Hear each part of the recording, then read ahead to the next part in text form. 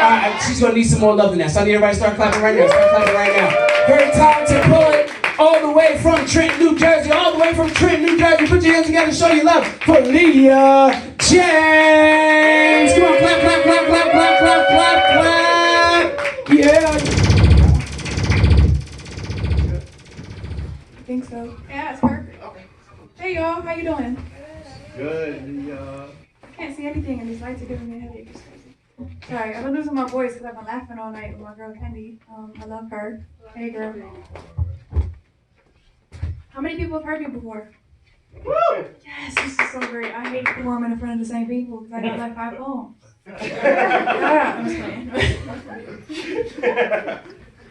My name is Leah James. I'm going to do some poems for you and tell you about who I am, and hopefully you like me. If you don't, act like you do because I'm sensitive and we can square up later. Cool? I'm from Chicago. Don't play with me. Say that. This is for the little girl who sits in the back of the classroom, face covered by her favorite gray sweater that resembled the gray sky of her seemingly perfect life. Fists balled up, arms tucked in, thinking maybe if she sat there long enough she would become invisible or even better, just forgotten. Her tear-stained pillow made her feel safe at night. The jiggling of the door handle always made her jump, fear of the unknown. Mommy's boyfriend coming home drunk, she would dream of how it would be to one day grow up. How she might one day grow up and magically become pretty. How she might one day grow up and somehow obtain one of those video vixen bodies. She spent hours in the mirror. Her family made jokes about how conceited she was, but really, she was conjuring up ways to make herself better. Ugly is what she defined herself as. The way she really felt about herself when her heart was covered up by padded bras, putting on a facade that she thought she was perfect. She succeeded in hiding the fact that really she felt worthless. Sticks and stones were never a threat to her, because she learned early to be a fighter. But words broke her.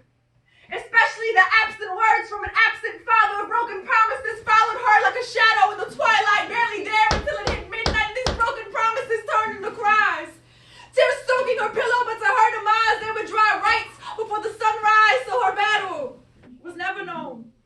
And her secrets were never told.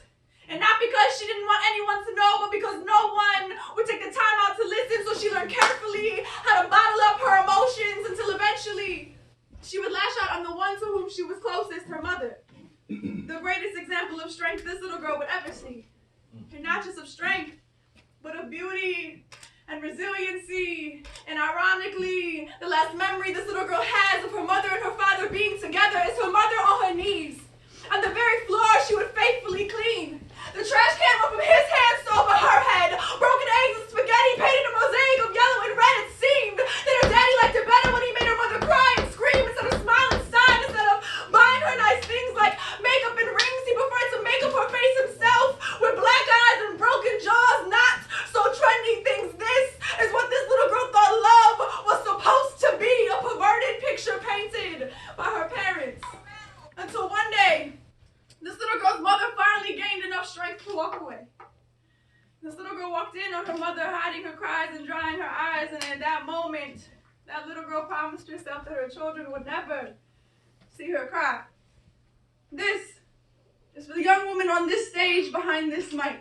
Fist clenched, palms sweaty, far from invisible, because God took her pain and turned it into a pedestal so her once silent voice can now be heard by many. She's a modern day Esther. She will save her generation from themselves because she remembers all of the hell and all of the sleepless nights by herself. This is for me. I remember the first time he touched me. It was like I could finally breathe. And I was willfully drowning in his waves of inexplicable peace, and he held me. And it was beautiful. And for the first time in my life, I realized that somebody wanted me wholeheartedly, unconditionally. There was no need for padded bras or covering up my flaws because he knew them all way before I even did. And he still died for me in spite of my sin. He was chasing after me long before I knew him. That safety I felt at night was him. And this is for you, that you might know him.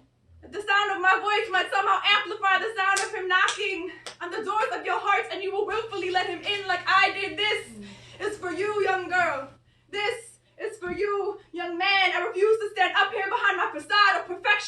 stand before you broken, a beautiful mess, held together only by my Savior's blood. This is for you, young girl. This is for you, young man. He wants to put you back together again, that the tears you cry will be from him, from the joy that he will fill you with. This is for you, young girl. This is for you, young man. And I beg you to let him in. I beg you to let him in. Thank you.